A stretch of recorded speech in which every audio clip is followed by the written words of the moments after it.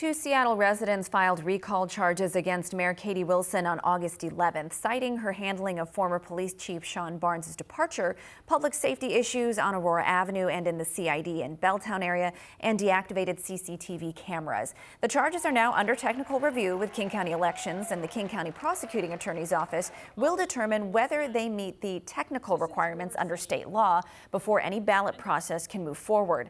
To pass that review, the petition has to allege facts amounting to actual wrongdoing or malfeasance.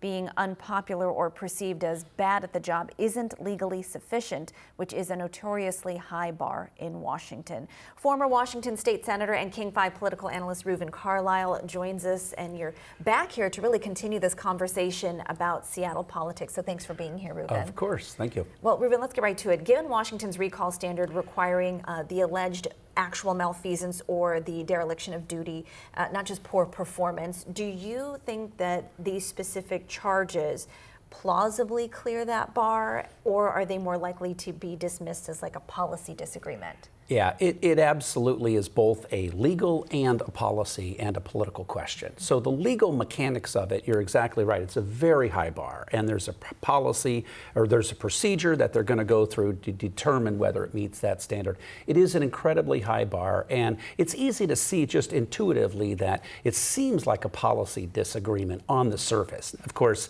you know, the folks who submitted the petition have, specific complaints, but when you think about the issues, you could make a strong argument that it's really just a disagreement on how the mayor's handling the issues. Yeah, and maybe like a disapproval sort of action as well, or perception. Now, even if the recall ultimately fails legally or at the ballot, what lasting damage is there? I mean, I think about political capital fundraising for re-election, relationships with the council or police department. What could it do to Wilson's ability to lead and just her leadership overall going forward? I think we can all appreciate that. It's been a really bumpy ride. It really impacted the public. It resonated deeply that there's a real public safety challenge. The city council, a lot of stakeholders, very unsettled. I think ultimately when she was elected by 2,000 votes, people, it's a liberal, progressive city. People wanted to give her the benefit of the doubt.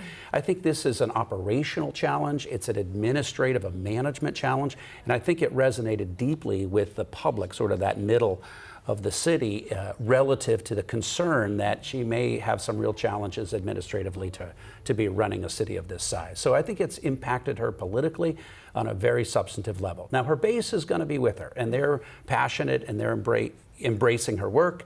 I think those folks who were opposed to her are still opposed, and those folks in the middle, I think, are pretty jolted by some of the public safety challenges we're seeing. All right, well, let's switch gears since we have you here in-house with us. Back to the recent primary. A few news reports noted that in 2024, and I've read a few of these that all have this same perception of an analyst, they noted that our state's election data in the primaries stood as like a useful barometer for which party is likely to win in the U.S. House of Representatives, and also to what degree. So would you agree that that's potentially playing out again? We do have an amazing primary system, of course, with our top two. We also have vote by mail, so we have a pretty high turnout.